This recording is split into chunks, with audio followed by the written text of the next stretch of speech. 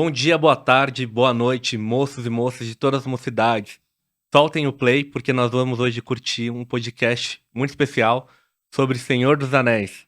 A gente vai falar sobre essa obra clássica aí, centenária, que continua reverberando na cultura, continua sendo muito influente. E aqui, nesse papo de hoje, tô com o Fábio Rodrigues, a metade mais divertida dos gêmeos da nossa mocidade. Olha só.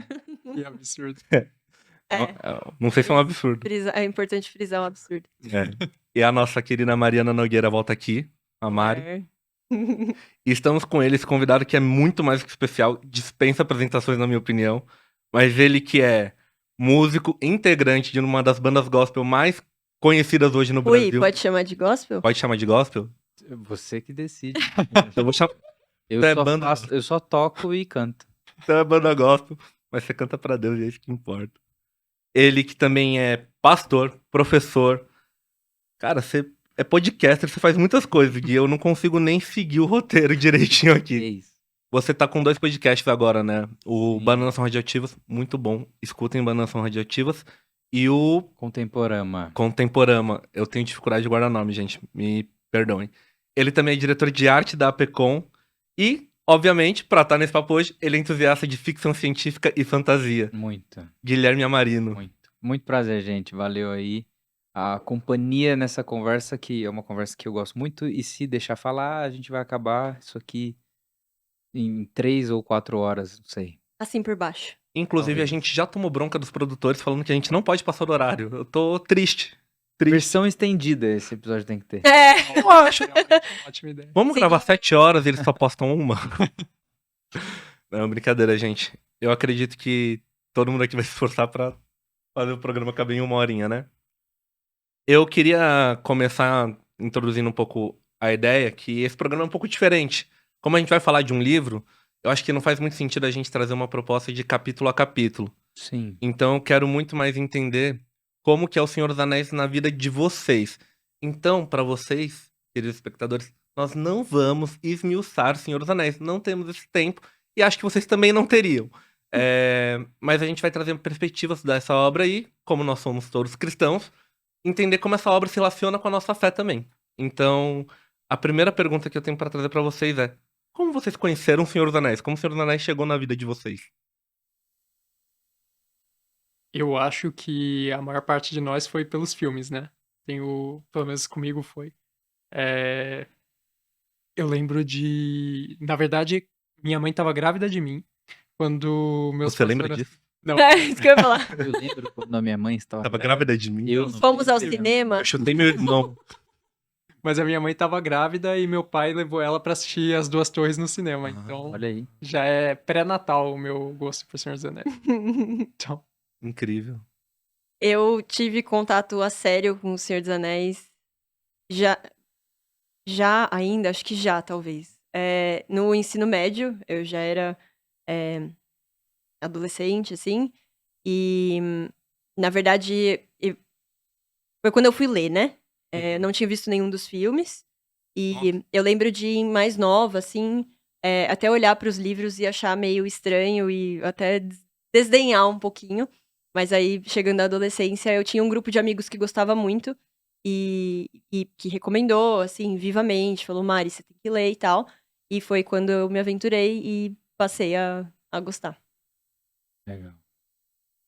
Eu cheguei no Senhor dos Anéis, eu tinha 15 anos, tava numa fase aí, foi exatamente no ano que lançou o primeiro filme. Uhum. Eu vi pelo filme e depois eu ganhei o livro. Ah, que legal. Tinha um volume como esse que você colocou aqui, uma versão de volume único também, que lançou em comemoração ao lançamento dos filmes. Que era Com a capa dos Argonauts, sabe? Ah, É. sei, nossa. Eu pensei E que fosse aí- aquela capa clássica do Gandalf. Tinha Esse é o meu. a capa Uhum. logo depois, da editora Martins Sim. Fontes. E aí eu ganhei esse livro de Natal. Que legal. E eu primeiro vi o filme, minha mãe levou eu e um outro amigo meu no cinema, falando assim, olha, essa obra é de fantasia, desses livros que vocês gostam de ler e tal. Eu gostava já de ler muito fantasia, outros livros de fantasia e ficção científica, etc., que eu alugava na biblioteca da escola. E aí minha mãe viu que estava lançando esse filme e levou a gente para ver. Eu fiquei maluco com o filme. Primeiro, porque ele é longo. Segundo, porque ele tinha tudo que eu gostava. Eu gostava muito de Dungeons and Dragons, por exemplo, Caverna do Dragão, essas coisas. E me interessou muito. E aí eu comecei a ler. Quando Uhum. eu comecei a ler, aí foi amor à primeira vista, né? Uhum. Cara, eu acho que eu acho que eu comecei um pouco diferente da maioria, porque eu comecei assistindo As Duas Torres. Foi pelos filmes e pelo Nossa. segundo filme.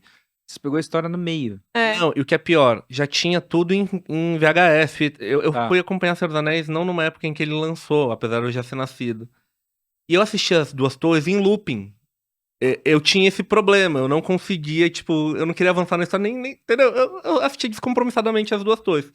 Tanto que As Duas Torres é, hoje, o filme que eu menos consigo assistir, Você porque já viu uma eu já Sabe de cor. saturei muito de Duas Torres. Mas eu quis começar fazendo essa pergunta de como a gente conheceu o Senhor dos Anéis, porque o Tolkien, o autor de Senhor dos Anéis, ele brincava com isso. Que ele achou essa história. Ele contava que ele achou um livro, que ele escreveu e etc. E eu queria que a gente começasse tentando se relacionar um pouquinho com ele, assim, nesse aspecto, né? Porque, de novo, não vai adiantar a gente falar muito da biografia dele, mas o que dá pra falar é que Tolkien era crente como a gente. Sim, ele era um católico, né? Ele se Né? tornou católico influenciado pelo... Crente. ele foi cuidado por um padre, ele e o irmão dele, e esse padre influenciou muito a vida dele e acabou também trazendo a compreensão de fé que ele acabou tendo a partir de 1900, mais ou menos.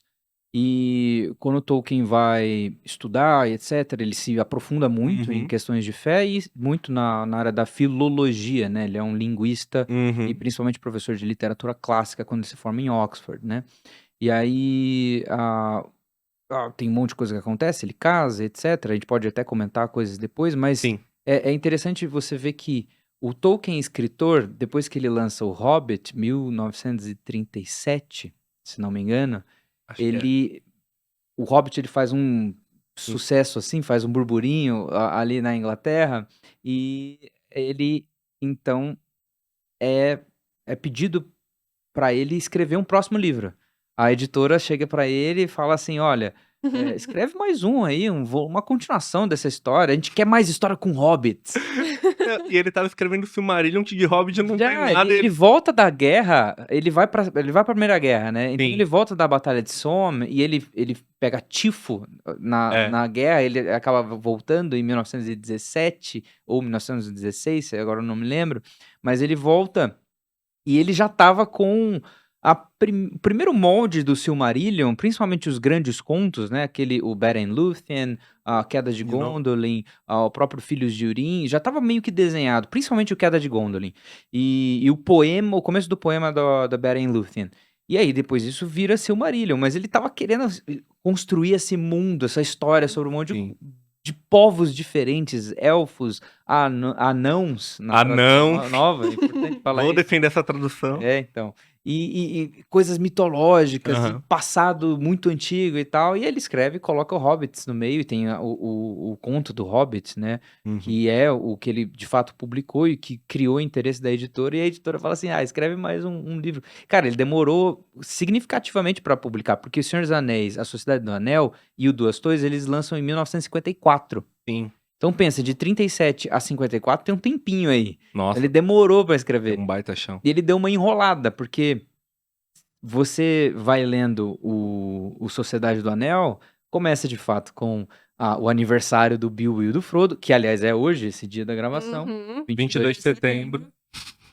E você vê, não, tô vendo Hobbits aqui, tá tudo super legal. Só que, cara, depois de 3, 4 capítulos, no 5º capítulo você começa a ver, peraí, não é sobre Hobbits essa história, é sobre outra coisa. Essa é a grande pergunta, né?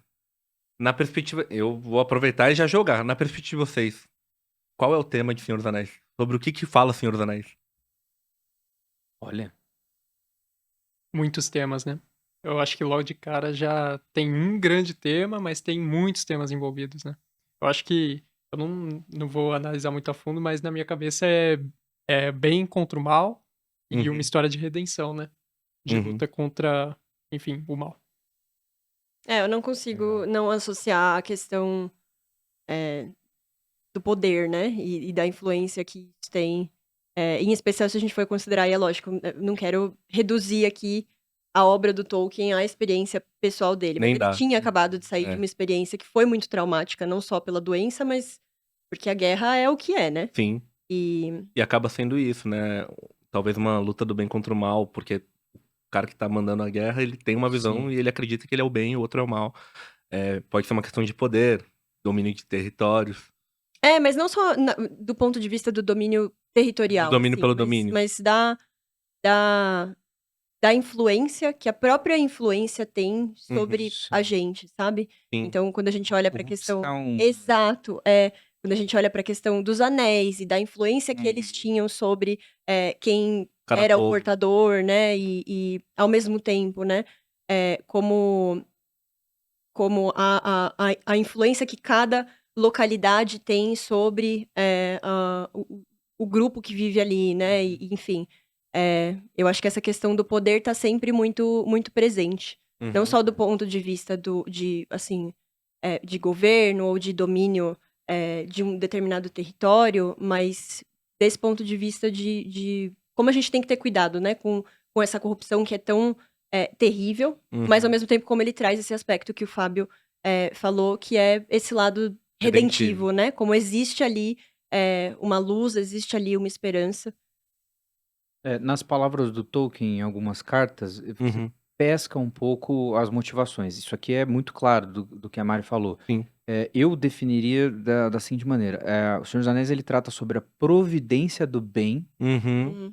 É. em meio à corrupção causada pelo mal. Uhum. Então, assim, e não só o Senhor dos Anéis, tá? Uhum. Toda a obra do Tolkien, você vai ver isso no Silmarillion muito claro e tal, porque você sempre tem elementos de providência, quer providência do bem que os homens estão fazendo ali, homens, elfos, anãos, ents, Uhum. etc., quer também uma providência divina, porque o Senhor dos Anéis também tem seres divinos, tem seres mitológicos, Uhum. tem Uhum.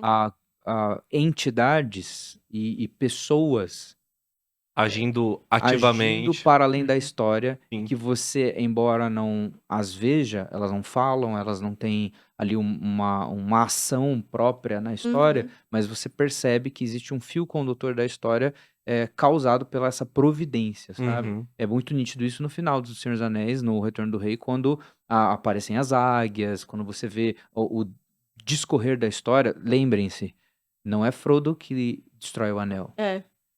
O anel, Ele chega até lá, de fato, tem toda Uhum. uma Uhum. jornada, Sim. mas ele falha na última hora. Sim. E Sim. isso foi proposital. Uhum. Sim. Não é tipo, não, vamos lá, isso aqui vai ser legal. Não, a intenção do Tolkien em fazer o Frodo falhar e o Gollum destruir o anel é uma intenção proposital para mostrar justamente a providência. Uhum. A gente pode até falar um pouco sobre isso, de como isso também casa lá com o Silmarillion no começo, Uhum. mas é muito engraçado porque essa pergunta me surgiu. Eu tava assistindo uma série que não tem nada a ver com o Senhor dos Anéis. Todos, não sei se já assistiram. É uma série sobre advogados. Você é um Suits. advogado. Aham. É sobre isso. E aí tem um momento em que dois advogados com personalidades completamente diferentes conversam que eles leram o Senhor dos Anéis. Nossa, você leu o Senhor dos Anéis? Li. É sobre poder, não é? Ele, engraçado, eu achei que era sobre amizade. Sim, sim. E isso que você trouxe, Gui, da questão da providência do bem estar acontecendo apesar das consequências da humanidade, etc. Eu enxergo muito isso justamente nesse elemento que eu considero muito chave em Senhor dos Anéis, que é a amizade. Amizade. Uhum. É... Não é à toa também que quando a gente vai ver Frodo completamente, né, despedaçado e subindo pra finalmente concluir a sua missão, e ele já tá ali sem condições de andar sozinho, o Sam vai dizer pra ele, né, eu não posso carregar o anel por você, mas eu posso te eu carregar. posso te carregar. Carry you. Gente, é ridículo. Eu choro. Arrepiada. Eu me arrepiei, mas eu choro nessa cena. Só de falar eu fico emocionado. Uhum. Fora todo o peso emocional que o Sam carregou Mas- durante a jornada. Você sabe por que você chora? Ela foi feita pra isso. Não, também isso. Mas Não sei porque eu choro. nós choramos porque essa história reverbera com a nossa história. Exato. Ah, A história do Senhor dos Anéis é um pouco daquele diálogo do Frodo com o Sam Ah. Das grandes histórias. das grandes histórias. Ai, sim. Nossa, gente. Essas histórias vão se lembrar. Por que que a gente tem que continuar fazendo isso? Parece que não tem esperança, parece que não tem jeito, parece. Não, aí o Sam fala pro Frodo: não, peraí. Um dia eles vão contar essas histórias. Eles vão falar: olha só, o Frodo foi o herói disso, ele que saiu do condado. E aí o Frodo responde, né? Com seu fiel companheiro. Uhum. E essas histórias são sobre pessoas que continuaram e perseguiram o bem, ainda que tudo fosse contrário a elas. Uhum. A amizade no meio disso, ela é exatamente uma ação da providência. Isso. Porque tudo o que tinha ao redor deles era justamente o contrário à amizade. Uhum. A competição por poder, a enganação, a traição. Então você vê até mesmo o elemento Gollum, que entra Uhum. nessa amizade entre o Frodo e Sam, tenta Uhum. acabar com a amizade, mas a amizade ainda assim continua, apesar de todas as coisas. Então, esse diálogo, ele permeia as grandes histórias que continuam a ser contadas, apesar das circunstâncias não ideais no meio do nosso tempo.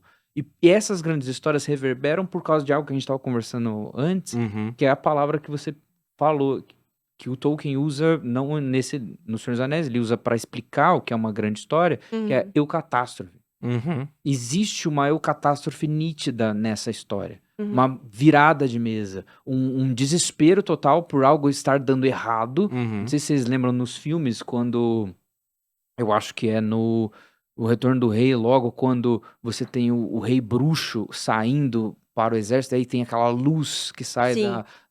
da fortaleza Sim. dele, de Angmar, né? Uhum. E ali o Gandalf tá lá em Rohan ainda, vendo tudo aquilo, Uhum. e ele, em Minas Tirith, Ele vendo tudo tá aquilo. lá na beiradinha da cidade já vendo aquilo E aí eles começar, falam, né? cara, isso tá vindo pra guerra, vai acabar, não existe Uhum. esperança, não existe nada. E aí É. você continua, apesar das circunstâncias estar totalmente contrária ao que você vai, Uhum. a probabilidade de dar certo. Mas ainda assim existe um elemento que vira a mesa, aí tá a providência. E Uhum. essa é o catástrofe. Não tem como você não se identificar com essa história se você é um cristão. Não Sim. existe essa possibilidade, porque a nossa história é isso, Uhum. sabe? A história da redenção é exatamente isso. Show. E a gente vê esse discurso sendo repetido a partir do discurso de vários personagens, né? Eu também não consigo parar e pensar nessa batalha final sem lembrar do discurso do Théoden, por exemplo, Ah, pra sim. todo o exército. E é aquela coisa de arrepiar e de Morte. pensar que, olha, realmente vai ser morte, vai ser derramamento de sangue, vai ser horrível, mas a gente tá aqui pra perseverar, né? A gente tá aqui É. pra virar esse jogo. E muito da vida do Tolkien tá no meio disso, muito dos conceitos que ele acreditava sobre as histórias, sobre Deus, Uhum. sobre a condição de Deus na história, sobre a amizade, né? Aquele livro do Colin Duriez, O Poder da O Amizade. Poder da Amizade, O Dom da Amizade, Dom da né? Amizade. Que ele explica muito da jornada tanto do C.S. Lewis Uhum. quanto do Tolkien e como eles compartilhavam esses assuntos, o que eles acreditavam nisso. O próprio C.S. Lewis no Quatro Amores, explicando sobre o filéu. Uhum. Você vê assim, não, peraí, você também acredita nisso? Você também Uhum. gosta disso? E aí você se identifica com um amigo, e aí o amigo é esse que luta a mesma batalha que você luta. É Uhum. algo que tá muito na vida tanto do C.S. Lewis quanto do Tolkien. E é inevitável ele se lembrar. Acho que a percepção da Mari é muito acertada. A guerra impactou o Tolkien de uma maneira muito profunda. Sim. É lógico que você não pode ficar fazendo paralelismos com a guerra em todas as coisas. Ele também nem queria que a gente. É. Ele fala que não faz analogia a nada. Assim. Uhum. Eu acho que a proposta justamente do Senhor dos Anéis é ser tão profundo assim, justamente pra gente não ficar preso a um paralelismo. Exatamente. É um mundo todo criado. Então, você não Sim, precisa sim. ficar fazendo analogia. Inclusive, no prefácio, numa das notas aqui dessa versão da Harper, Uhum. tem isso que o Tolkien deixa muito claro. Olha só, isso aqui não é uma analogia do cristianismo ou de qualquer outra coisa. Isso aqui é um mundo criado. Alegoria, né? Não é uma alegoria. Não é diferente. É um tipo de história diferente, por exemplo, do Peregrino, John Bunyan, diferente de qualquer Sim. outro livro.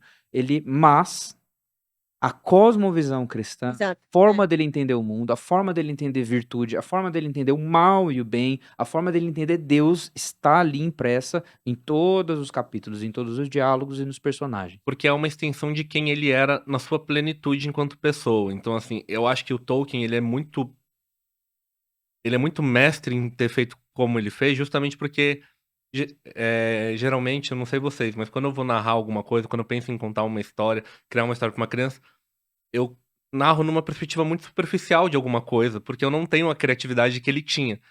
Ele conseguiu pegar todos os temas relacionados à vida das pessoas e, de uma certa forma, trabalhar. Essa Eucatástrofe, eu acho maravilhosa que vocês trouxeram, mas e eu acho incrível que ela acontece ao longo da trilogia toda. Sim, e várias vezes. Várias vezes. Uhum. Lá Coisas no começo. pequenas e grandes. Lá no começo, Gandalf vai falar com Saruman, vai lá, Saruman se corrompeu. É. Cara, isso é uma catástrofe absurda. Um dos grandes anjos, tá, gente? Com todas as aspas do mundo, pra gente tentar simplificar. Ele vai lá e se mostra um traidor absurdo Mas Gandalf vai lá, tá preso, ele consegue sair. Então, e todos os momentos redentivos.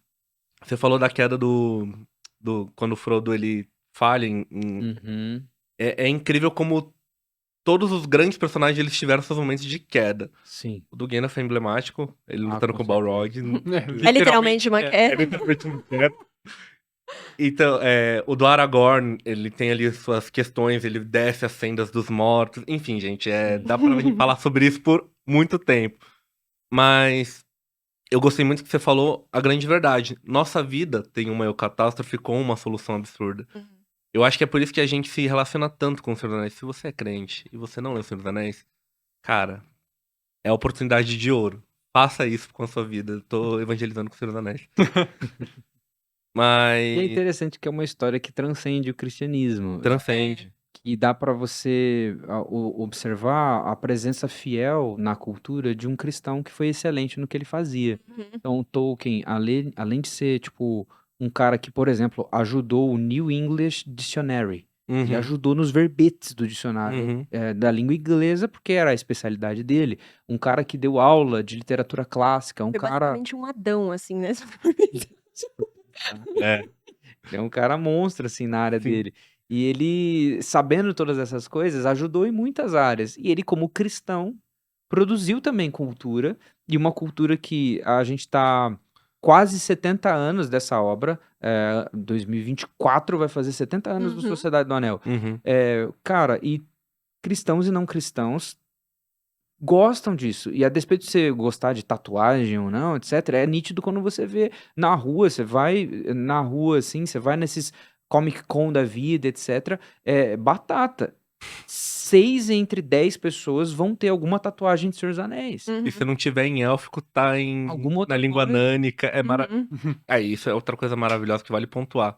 Ele criou idiomas e alfabetos. Isso é incrível. É. E dizem que ele, inclusive, escreveu o Senhor dos Anéis porque ele tinha criado um idioma. Uma desculpa para ele criar uma história. Ele fala sobre isso. É. Ele criou a língua, mas ele precisava de alguma substância que desse veracidade para as palavras. Isso é incrível, porque incrível. olha só, Muito. a compreensão do Tolkien de que as palavras elas não são meras palavras, elas Uhum. carregam um significado cultural. Não, e é incrível isso. Inclusive, você estava fazendo a recomendação, né? Se você é crente, você não leu O Senhor dos Anéis, leia O Senhor dos Anéis. Mas tem uma outra recomendação e que eu acho que fica meio negligenciada e que eu gostaria de fazer. Por favor. Que se você é crente, você não leu sobre histórias de fadas, mas você leu O Senhor dos Anéis, Ah, leia-o sobre Ah, histórias de fadas. por favor. Porque é exatamente onde ele vai desenvolver essa teoria literária que é Sim. dele, assim, né? Como ele entende a literatura, como ele entende a escrita ali A língua. de ficção, né? E de fantasia. Uhum. E como ele vai dizer justamente isso, né? Com uma palavra, quando escrita, quando dita, quando pronunciada, e o quão maravilhoso é isso, que nós, seres humanos, possamos fazer isso, Sim. ela tem esse potencial transformador, né? Eu posso dizer, e ele fala isso de um jeito muito associado à questão da escrita criativa, Uhum. mas com um pressuposto muito claro ali, né? Por ser Sim. cristão. Então, eu posso dizer, a grama é azul, e imediatamente eu vou fazer com que sua mente projete ali aquela imagem de uma Uhum. grama que é azul. E como que eu faço isso? É por meio da palavra, sabe? É por Sim. meio dessa referência, desse signo, né? Que tem ali um poder, querendo ou não. Um paralelo muito importante, eu acho que para um cristão, quando se aproxima de uma história dessa, ou qualquer outra história, é você pensar na forma que Jesus ensinava. E na forma com que o Antigo Testamento também Uhum. ensinava. Deus resolve se revelar com histórias de um povo, com histórias dando ênfases importantes, mas Uhum. histórias que têm Palavras, nomes e significados. Uhum. Como é que você explica a realidade? Huckmacher ele vai dizer que a realidade é fato mais significado. Não é só um fato, não é só uma palavra, não é só uma camiseta que você veste. As coisas elas não são neutras nesse aspecto. Uhum. Você carrega de significado todas as coisas que você está experimentando nesse mundo. Produção cultural é justamente quando eu pego a criação e eu altero essa criação e produzo alguma coisa. Um grunhido de um ser humano, ele é natureza. Mas quando a gente organiza em linguagem, na nossa português, inglês, alemão, russo, esperanto, qualquer outra coisa, nós estamos produzindo cultura.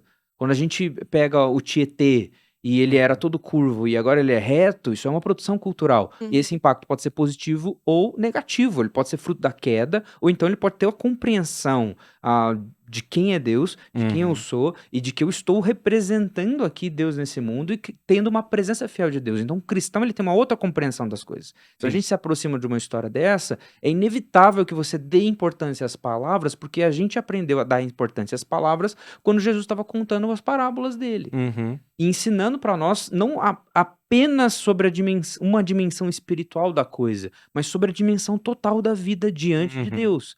E o Tolkien, nessa compreensão, ele vai dizer que uma história, nesse livro aí que a Mari citou, que é o sobre histórias de fadas, é uma história fantástica, a fantasia, que é justamente eu sair dessa realidade e entrar num mundo secundário criado por um autor, um mundo... Olha o que ela falou lá, olha só, tô dizendo que a grama é azul, você tá imaginando isso. A grama não é azul, a grama é verde, mas a gente tem capacidade de entender e visualizar que uma grama azul. Assim como os servos ali do tabernáculo também tiveram que seguir uma instrução de produzir uma romã azul, apesar de não existir romã azul, Sim. e colocar na estola sacerdotal do tabernáculo. Isso é uma instrução que está lá em Êxodo. Então você tem a possibilidade artística de você criar mundos que não existem. Mas esses mundos que não existem, eles não são mundos primários, eles são secundários, eles são criados a partir de uma fonte. Qual é essa fonte? A própria criação. E aí você tem essa fantasia. E a fantasia, cara, ela vai levar a gente por esses meios num mundo totalmente novo, pra gente conhecer coisas, pra gente ver personagens, pra gente se entreter mesmo nas histórias, né? Eu quero aproveitar, inclusive, que você falou isso, e eu acho que é o momento perfeito pra gente entrar agora na Terra-média. Então, montamos nosso cavalo, fomos rumando. Esse é o momento em que, em tese, tocaria Concerning Hobbits, né? Esse é o momento que o Felipe tinha que botar a música dos Senhor dos Anéis, mas a gente não tem aqui. Mas eu queria que a gente agora começasse a olhar pros povos, pra cultura. Legal. Pra cultura terra-mediana, vamos falar assim. E a gente começasse a falar dos povos, das regiões e das raças. E de novo, eu vou sempre introduzir com um quebra-gelo, porque a ideia é ser bem na perspectiva de vocês, tá, gente? E eu quero saber. A primeira pergunta que eu quero fazer pra vocês é: qual seria o primeiro lugar na Terra-média que você gostaria de visitar? Ia pra lá? Cheguei na Terra-média, eu vou pra tal lugar. É difícil essa... Essa pergunta é difícil. Condado, cara. Você é pro condado? Mas eu fico entre Condado é um dois. lugar muito tentador de ir. Ele é seguro, né? Não tá rolando nenhuma treta. Nada ali. Não, e é tudo tão calmo, tipo, é tudo tão tranquilo. Mas, ao mesmo tempo, eu penso muito em Gondor Que é legal e no também. esplendor da cidade, sabe? Sim. Ele tem esse quê Muito de incrível. polis, assim, sabe? Apertado, Não, e aquela um monte de coisa dos coisa. círculos concêntricos e da árvore ali no centro, eu acho isso muito bonito. É difícil escolher. Seria pra onde, Fábio? Ou eu acho que eu ia pros jardins lá da... Eu vou pronunciar tudo errado, mas Lothlórien. Lá, Loren. Da Galadriel e do Boa Celeborn. escolha. Eu acho muito da hora. Eu gostava de ver no... Eu tinha medo disso quando eu era adolescente. Eu A tinha- primeira vez, quando eu tava no cinema, cara, foi uma visão tão tenebrosa. Mas Que é me, de fato, essa me dá um essa é a medo até intenção. hoje. assim. A Galadriel, quando ela tá diante do Frodo ali, ela... Agora vai ser uma senhora. Pô, Nossa, né? É essa assombroso, cena, assim. Essa cena é a cena do Bilbo se transformando pra pegar. Essa era jumpscare demais. Essa é um jumpscare absurdo. Mas eu acho que era isso que eu gostava gosto ainda, né, de Lothlórien, é que é um lugar, assim, meio legal, assim, com aquela arquitetura quase angelical, mas ao mesmo tempo é de noite. Não é que nem Valfenda, que é, sabe, o dia Sim. claro. Uhum. E a Galadriel é mais ou menos a mesma coisa, né? Na primeira vista parece que é uma pessoa, assim, perfeita. O bonzinho perfeito, e aí ela dá aquele susto em você com o lado sombrio, né? Sim, Então eu acho muito da hora essa parte. legal. Eu certamente iria pra Gondor. Eu vivo dizendo que eu não sairia de São Paulo, que eu gosto muito, que é uma cidade Um movimentada. cosmopolita. Cara, eu acho que eu gostaria de visitar o condado, assim, pela cultura, pela comida. A comida no condado deve ser muito boa. Deve ser muito As boa, festas muito do bem condado. servida. Condado, vamos lá. Gente, Condado é muita tipo festa Minas da Gerais, cara. Exato! Então, É o melhor país! Então, eu gosto muito de Minas Queijo, Gerais. doce de leite. Aliás, beijo, João, nosso amigo do coração lá de Minas. Ai, gente, essa comparação foi genial. Como é que eu Mas- nunca mas é verdade. nesses termos? Não, mas é verdade. Eu gostei muito de visitar Minas Gerais, mas assim, é muito pacato Se pra mim. Condado é Minas Gerais, São Paulo é É Gondor. Gondor, Rio de Janeiro é o quê? É bordo. Não, entra. Passa aí. Eu ia falar, vamos não Rio de entrar Janeiro já é nessa quente. discussão. Rio de Janeiro é quente. Qual é o lugar que tem uma montanha da perdição? Desculpa, gente. Não, minha É o pão de açúcar deles?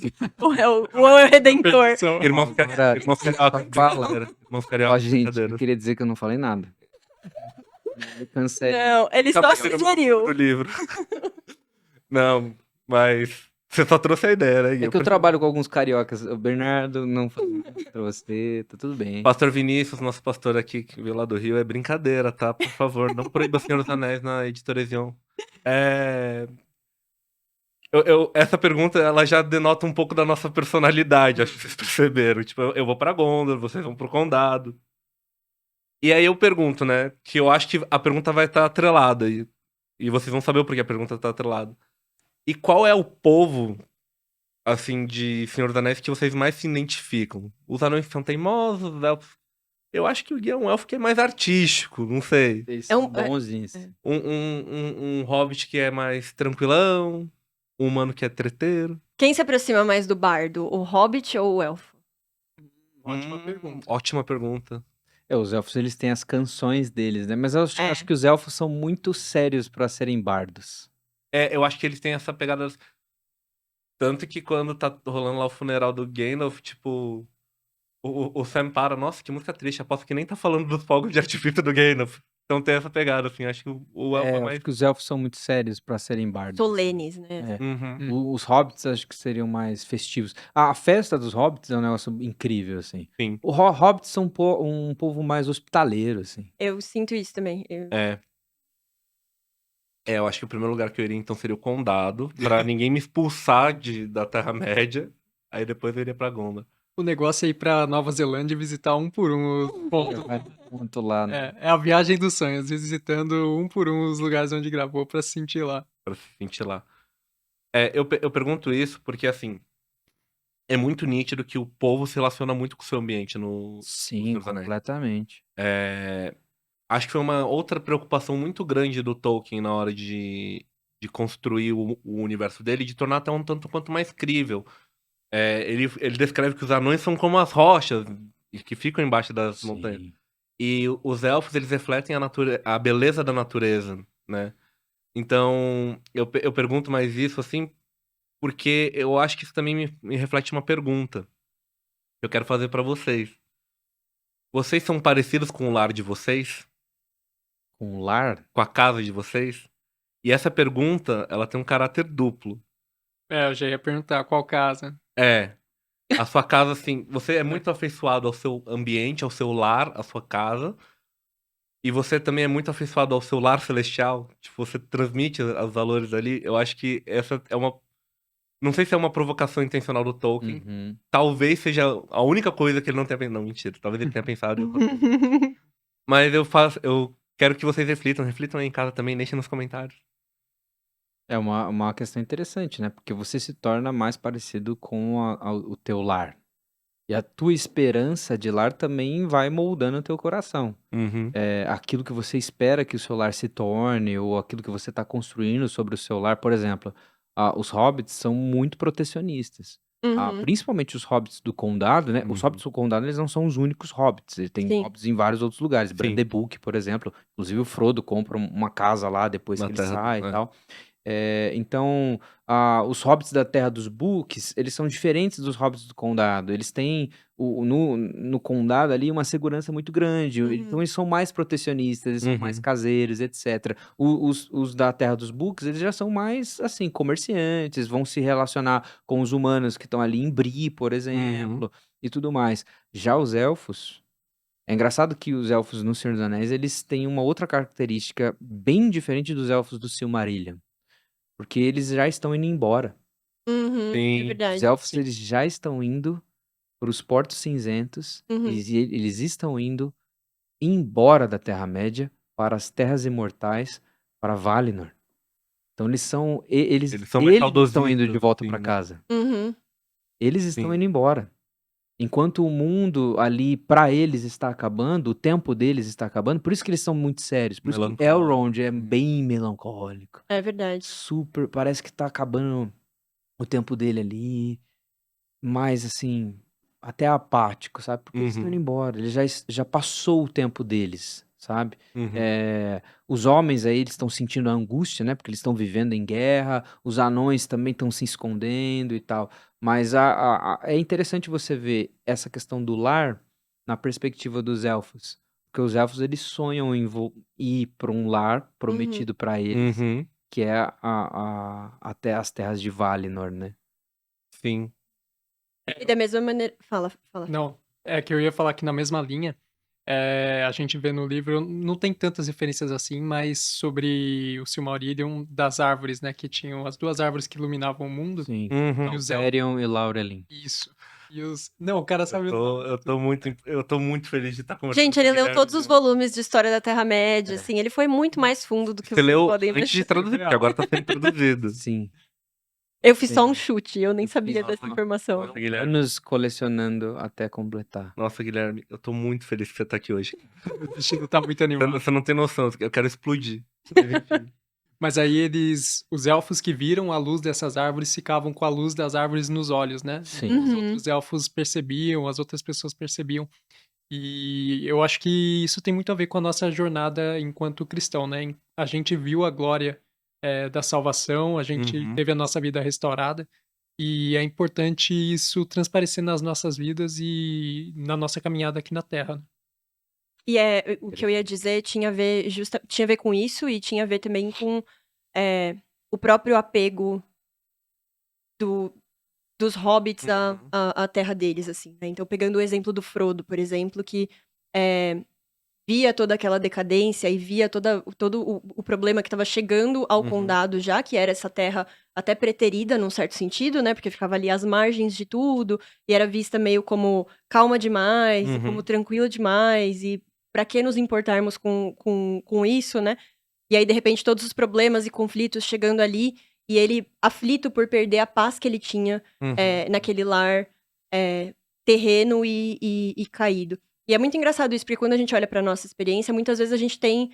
a gente vive algo parecido, né? A gente vive em lares, em famílias, ou como a gente queira chamar isso.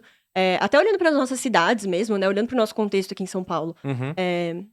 É um contexto de queda, sabe? É você pôr o pé na rua e você vê a depravação da humanidade ali, Eu tenho um estampada amigo que fala Aonde que chegou? em São Paulo você luta contra a cidade.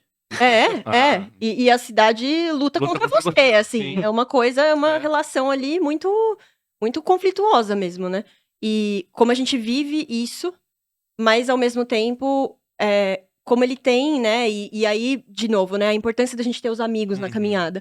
Como ele tem por meio dessas amizades que ele vai construindo, e amizades que são diversas, né? É lógico que ele tem no Sam ali o confidente fiel dele, mas ele era amigo do Gandalf, ele era amigo do Aragorn, e por meio dessas diferentes experiências, e a partir desses outros pontos de vista que ele ouve também, como ele vai mantendo acesa essa chama da esperança de ver o condado um dia restaurado, como ele vê isso de fato acontecendo, né? E como depois ele é levado para uma terra muito melhor, né? E como isso fala também da nossa experiência, né? Ainda que a gente viva uma experiência caída, numa casa problemática, com uma família problemática, numa cidade problemática, o que quer que seja, como a gente pode ter essa esperança de ver isso com outros olhos, né? Ou de ver isso restaurado de fato. E a esperança ainda maior, que é a esperança do lar eterno, que é perfeito e onde não tem lágrima, né? Onde não tem E dor. eu quero muito pegar o que você acabou de falar, Mari, porque todo mundo tem uma perspectiva de que o condado é um lugar muito legal, né? De que Só que eu também vejo um outro problema no condado, que ele é um problema que nós temos na vida de uma forma geral, não só os crentes, mas ele é cômodo. É, E você realmente. sair da comodidade, pro Frodo foi um horror, sabe? Uhum. Da E comodidade. ele fala pro Gandalf, né? Eu não Olha, queria eu estar aqui. quero. Esse fardo do anel, eu não queria que caísse sobre mim. E aí o Gandalf vem com a mensagem. É como todo mundo que tem que viver uma coisa assim, mas só dá pra fazer o que a gente pode com o tempo que nos é dado. Eu amo essa frase, porque ela é o famoso, tá bom, aceita teu corre, faz teu corre, porque é o que você tem pra fazer. Sim. E eu acho que o chamado do cristianismo, ele tira a gente. Ele é o nosso chamado pra sair do condado, muitas vezes. Você tem que sair do condado, que é onde você tá confortável. Você tem que ir até Mordor, que é um lugar que não tem água. Eu não vou fazer a piada de São Paulo e Rio de Janeiro. Não vou fazer a piada. Não vou fazer. Olha, eu devo dizer que eu também pensei nisso. Foi mais forte do que eu, gente. Destruir a imagem do Senhor. Não, mas. Eu só queria dizer que em um outro podcast no Contemporânea, nós chegamos à conclusão que Beren é o Agostinho Carrara. Ah, não. Então, eu costumo Não, peraí. destruir. Eu ia Não. pedir pra desenvolver, mas Não eu é pra ouvi desenvolver o aqui. episódio. É. Não, já tá desenvolvido. Tá curioso? se Vai lá no você quer Contemporama, saber, por favor. Vai lá no Contemporama. Eu preciso ouvir isso. episódio A gente não tem tempo Silmarillion. pra desenvolver isso aqui. Mas o que você falou é interessante, cara, porque, por exemplo, tanto o Bilbo quanto Uhum. o Frodo, eles. Isso é até familiar deles. Eles são de duas famílias. Uma família da Terra dos Books, que é onde vem a parentela dele com o Meriadoc, né? E a outra família da Belladonna Took. Uhum. É a parte de mãe, assim, principalmente do Bilbo, né? E os Tooks são esses que são Aventureiros, os vamos pra malucos. cima, vamos maluco do viajar, rolê. não tô nem aí pra condado e tal. Já os Brandenburgs, eles são mais caseiros, vão ficar aqui e tal. Na paz. E o Bilbo é esse que ele, embora sendo mais Took, ele decide viver como um bolseiro ali em Bolsão, cômodo, até a aventura bater na porta dele, literalmente. Uhum. E entrar um monte de anão, e aí tá ali fazendo aquele banquete, e eles botam ele numa situação muito desconfortável e ele assina um contrato pra ser um ladrão. Não faz o menor. Não, e assim, pra mim, eu acho que todo mundo aqui vai ter algumas questões com as adaptações, de uma forma geral. Eu acho que o Hobbit ficou uma coisa um tanto quanto desgastada, né? Mas eu Os filmes. amo o primeiro filme. Ah, sim. É uma volta, porque pra quem curtiu os filmes, Exato. É. aquela volta, tem esse um mérito. universo, você fica, nossa, é a casa E do ele é relativamente Bilbo. fiel. E essa cena dos anãos Não, é fantástico. chegando é maravilhosa, porque não tem nada mais incômodo do que um monte de gente invadindo sua casa quando você menos espera. Né? Então, assim. E aí o Hobbit, que é aquele negócio, que é mais na dele, ele é mais protecionista, como você disse. Aí vai lá, chega um anão, chega dois anões, chega um mago, fala, então, vamos derrotar lá um dragão? É. Eu acho que isso conversa muito com o cristianismo, porque você tá cômodo no seu mundo. Vem Cristo e fala, oi, tudo bem? Eu quero que você mude o mundo com base nos meus ensinamentos. Isso. Mas por quê? Porque eu te amo e eu te salvei. E aí você tem noção da sua queda, da sua responsabilidade. E aí você tem que enfrentar o seu Smaug, o seu dragão, que é essa cultura E é um absurda. princípio monergista, se você for ver. Porque não é você que foi até a aventura, é a aventura que foi até você. Uhum. É a aventura que veio até a sua porta e te chamou. Você foi chamado pra isso. Você não, muitas vezes você não decidiu isso, você não Uhum. quis isso. Você foi até a comparação com São Paulo. Muitas das pessoas acabam vindo pra cá de Uhum. outros lugares pra procurar emprego, pra procurar uma oportunidade, pra vir estudar e etc. Uhum. E você veio pra cá, embora você ache que você decidiu, mas são várias circunstâncias que te trouxeram até aqui por conta da oportunidade, etc. Exatamente. Se você pensar por essa perspectiva, você está sendo chamado a essa aventura para sair do da sua vida cômoda, Uhum. do seu lugarzinho, e esse desconforto tem te feito buscar uma nova aventura, Uhum. buscar um aprimoramento, buscar um desenvolvimento, e aí você vai ter que ser lançado em lugares às vezes inóspitos, como esse que a gente vive no nosso trabalho, na nossa faculdade, às vezes dentro da nossa casa, e essa aventura ela vai deixar a gente desconfortável, com certeza. E eu acho maravilhoso nisso tudo que, apesar da aventura ter ido até você, você não é muito mais especial do que outra pessoa que também foi chamada pra ter uma aventura. Exatamente. É, Você encontra amigos de jornada. amigos de Uhum, jornada. uhum. Tanto que você olha pra Cidade do Anel e ela é uma história tão improvável porque ela tem 9 personagens Sim. principais. Uhum. Quando o Boromir morre e aí o Faramir assume o posto Aham. dele, o legado espiritual do irmão, não sei, vou dizer assim. Mas você tem 9 personagens principais que eles estão conduzindo aquela grande história. É o Sim. Frodo que vai jogar o anel, que chega na Montanha da Perdição? É. Mas é o Aragorn que tá lá lutando com os exércitos de Mordor. Uhum. É o Gandalf que tá lá, tipo, sendo profeta, não deixando Minas Tirith cair, porque Minas Tirith precisa estar ali acontecendo. Então, é todo mundo num papel de protagonista, mas eles estão numa história tão grande que eles não são Sim. protagonistas. A história é o protagonismo. E eu acho que quando a gente analisa que nós, como crentes, temos sim um trabalho Uhum. importante, é a analogia perfeita do corpo. Somos membros de um corpo. E o corpo precisa agir, né? Eu Sabe acho. um detalhe importante? O período em que eles ficam juntos, É muito pouco. perto da história toda, é muito É pouco. muito pouco. Eles se separam, Uhum. mas ainda assim eles continuam juntos. Aham. Eles se separam, mas ainda assim eles se importam uns com os outros. Sim. É um sem número de vezes você vê Uhum. a Aragorn, Legolas e Gimli se preocupando com a Meriadoc e Peregrine. Você vê eles se preocupando com o Frodo. Uhum. Você vê o Gandalf preocupado, olha, será que o Sam e o Frodo estão bem? Eles todos ali, apesar de separados, eles ainda continuam com a mesma missão, Uhum. com o mesmo engajamento, e com a mesma vontade de fazer cumprir a missão que lhes foi dada. Uhum. A gente tem uma grande ilusão de que nós só teremos força como cristãos no mundo, se a gente o tempo todo ficar junto. Mas Exatamente. talvez Deus tenha em nós, para nós, assim, a tarefa de sermos mais fortes quando nos separarmos e nessa compreensão de que Ele nos envia para cada um dos locais que a gente faz parte. Uhum. Nas nossas classes de faculdade, nos nossos locais de trabalho, etc. Nós estamos temporalmente muito mais tempo separados do que juntos. Uhum. Uhum. Olha a igreja, vamos fazer um exercício Sim. básico de igreja. Nós, como igreja, todo mundo junto, nos reunimos dominicalmente.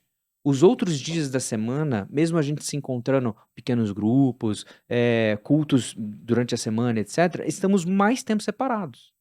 E esse tempo separado, a gente tem que entender que esse tempo que ficamos juntos serve para nos enviar para essas tarefas que a gente tem que Uhum. cumprir, para ser presença fiel na missão, para destruir e colaborar para a destruição do anel. Exatamente. E é entender que todas as micromissões fazem parte da grande missão. Sim. Não existe. Eu acho que essa é uma das grandes dificuldades da gente entender da unidade que é o corpo e da unidade que é a batalha em si. Eu sou advogado, mas isso não me torna menos crente do que o Gui que é músico, Sim. podcaster, Pastor. pastor. Não me torna. Obviamente, dificuldades diferentes, um dia a dia diferente, batalhas diferentes. Uhum. Assim como o Frodo não vai pegar uma espada de 2 metros e decepar um orc, Uhum. Sim. o Aragorn talvez não tivesse a competência pra levar o anel. Talvez ele se corrompesse com o anel. Então, assim, eu O acho próprio Gandalf faz isso, o né? próprio Sim. Gandalf Então, rejeita. ele não pega o anel e ele fala, você tem que carregar, Frodo. Uhum. E eu acho que essa é uma das grandes mensagens também que o livro nos traz, assim, especialmente como crente que é, se não é o teu corre pra fazer, não se preocupe em fazer esse corre. Né? Tipo, Cristo te preparou pra fazer alguma coisa específica. E a gente às vezes fica querendo, mas eu queria tanto fazer tal coisa, eu queria tanto ser do louvor, eu queria tanto ser líder de não sei o quê. E às vezes a resposta de Deus é não, porque aquilo não vai te fazer bem, vai te fazer mal, vai dificultar a batalha. Um dos personagens favoritos meus do Senhor dos Anéis é o Faramir. Uhum. Uhum. Ah, Sim. sim. o Faramir ele vive numa família complicada, né? O total. pai dele é um maluco, Uhum, bota o peso de vida tanto no Boromir quanto no Faramir. O pai dele tem medo de tudo porque ele fica uhum, vendo o futuro e tendo ansiedade, etc. E aí o Boromir falece, então é super triste a cena. O Denethor fica muito, muito mal com isso. Só que o Denethor, ao invés de virar e ter consciência da guerra, de todo aquele movimento, etc., e todo o mal que ele gerou, tanto pro Boromir quanto pro Faramir, uhum. ele coloca ainda mais peso no Faramir. Sim. Então o Faramir é esse que vira um regente depois da morte do seu pai e tem esse fardo enorme pra Uhum. carregar. Eu vou ser o líder de uma nação. Acabou a guerra aqui, eu sou o regente e tudo mais. E o que o Faramir faz? Ele tem uma conversa nas casas de cura com o seu rei. Ele toma a coragem que o seu pai não teve, que o seu Uhum. irmão não teve, e ele apresenta Aragorn como um rei de direito. Porque essa era a tarefa dele. Uhum. Sim. A tarefa dele era ser o regente de Gondor e quando o rei de Gondor aparecesse, ele Uhum. dar o seu posto ao verdadeiro rei. E é exatamente isso que o Faramir faz. Ele chega nas portas de Gondor, depois de tudo aquilo, toda a batalha, etc., e ele fala para os homens de Gondor: aqui está o rei de vocês. Aragorn, filho de Arathorn, esse que é o Elendil, esse que é o rei de direito, Uhum. herdeiro ali do Númenoriano. E ele apresenta o Aragorn e entrega o seu posto. Então ele faz o que realmente ele tem que fazer, sabe? Uhum. É maravilhoso isso, porque o Faramir ele é um exemplo de humildade no meio de Sim. várias tentações em não ser humilde. Ele é um exemplo de aguentar pressões externas Perseverança, familiares, né? de Uhum. perseverar e de reconhecer o seu rei. A gente tava falando das parábolas mais cedo, e aí enquanto você falava, eu fui pensando que o Faramir, ele foi ao mesmo tempo o servo inútil, pensando que, assim, é uma tarefa que eu não tenho como cumprir, porque é uma tarefa que é do meu rei, Uhum. e a mim me cabe servir com o que ele me dá. E ele também é o servo fiel, né? Porque ele permanece ali e fala quem é esse rei, né? Ele fala quem ele serve, ele sabe e ele fala, fala sobre quem ele serve, assim. Como ele é, de fato, um exemplo de virada até, né? Porque pra ele Sim. também não foi um caminho confortável, Nem né? um Chegar a essa conclusão e chegar a essa decisão, né? Não foi fácil pra ele, considerando as expectativas que estavam em cima dele, considerando as expectativas que ele mesmo construiu a partir daquilo que o pai dele alimentava, né? Considerando os traumas de rejeição, né? Porque ele era o filho preterido também, então como ele permaneceu ou foi feito, né? Como ele foi feito fiel a partir do reconhecimento Sim. de quem E ele é o tentado verdadeiro pelo rei anel é. também, porque ele Sim. encontra-se com Sim. o Frodo e ele liberta o Frodo. Pode fazer um monte de coisa. A gente pode fazer. Cara, cada personagem do Senhor dos Nossa, Anéis, total. ele É. tem algo muito denso Muito em profundo si. pra É uma trazer. A complexidade. gente gosta muito de falar, eu gosto muito de falar do Sam, por exemplo, da amizade dele, de como ele carrega o Frodo, como ele é fiel, como ele é esse amigo que se dedica, etc. O Uhum. próprio Frodo, você tem muita coisa. O próprio Aragorn, né? Tem toda a jornada dele. Legolas, Gimli, o próprio Gandalf. Todos os personagens, cara, todos são importantes, têm sua função. E dos menores aos mais protagonistas, né? Não que os outros também não sejam, mas alguns acabam se destacando, né? Os três, Uhum. Frodo, Aragorn e Gandalf. Mas todos eles são importantes pra história. Sim. E às vezes, quando você estava falando, eu pensei muito nisso. Eles têm um papel que não é de protagonismo, né? A gente acaba querendo ser o protagonista da nossa história, mas mesmo o Aragorn, que é um dos personagens principais, chega na batalha final, ele tá prestes a ir numa missão suicida pra ganhar tempo Uhum. para pro Frodo conseguir cumprir a missão dele, né? Então, cada um, é isso que você falou, cada um dos personagens tem a sua própria missão. A do Faramir é a de mordomia, né? De guardar a cidade até o rei Uhum. voltar, que acaba relacionando muito com a gente. A Elwyn também é um personagem que eu gosto muito. Interessante. porque A Elwyn. Uhum. Nossa, a gente não falou da Elwyn, gente. ela aparece como um personagem que parece que vai ser só um interesse amoroso ali, alguma coisa, e na verdade o destino dela já estava escrito naquela profecia do rei de Angmar, né? Sim. Que nenhum homem ia matar ele. ela Já tava ali. Aí eu pensando no I Am No Man e Então, até deu. exato. E não, a gente sabe que não era algo que ela queria também, não era o sonho dela ser Uhum. guerreira, nada assim. Mas ela foi chamada a fazer aquilo. Eu não lembro agora se foi o Pippin ou o Merry que esfaqueou a perna do. Foi o E Mary. o Mary Foi o Merry, né? Que são, às vezes a gente acha que é o alívio cômico, mas ele também também teve fez sua a parte importante. Essa é a importância. Então, mesmo não sendo um papel assim de protagonismo, são personagens que foram essenciais para o livro acabar como acabou, né? E até, assim, eu tava pensando muito neles também, no Merry e no Pippin, porque eu gosto muito dos Uhum. dois, assim. Eu acho que são personagens muito... Dinâmica ótima. É. Ótima. Mas ao mesmo tempo que eles tomam decisões que são completamente insensatas, você fala, cara, por que você fez isso? Ou então, por que você tá aí? Por que você se enfiou nesse buraco que você não devia estar? É o povo hebreu no É, deserto. Tomando decisão sensata. Ao mesmo tempo, você olha pra eles desfrutando de coisas pequenas, coisas completamente banais e ordinárias, naquele momento em que o mundo tá caindo, e eles ali, tipo... Dando valor ao que Exato, tem. sabe? encontrando Aquele, comida em Isengard. tipo, isso é Vocês querem muito... um porco? É muito brilhante, assim. É o fascinante em cima do comum. O mundo caindo, cheiro de enxofre em tudo quanto é lugar, sons enfim. As árvores entraram na guerra. É, E assim, e eles lá. só curtindo o rolê deles, né? Agora a gente vai encerrar.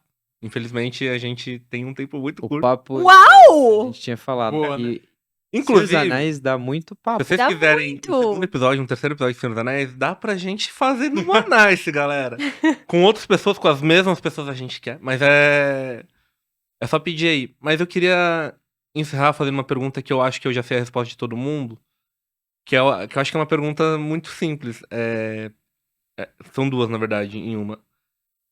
Senhor dos Anéis é só uma história infantil e juvenil ou você consegue, você pode, você deve ler Senhor dos Anéis assim pelo resto da sua vida? Assim, adultos, velhos, idosos. Eu acho que pelo resto da sua vida é uma escolha, talvez, que Pessoal. saiba...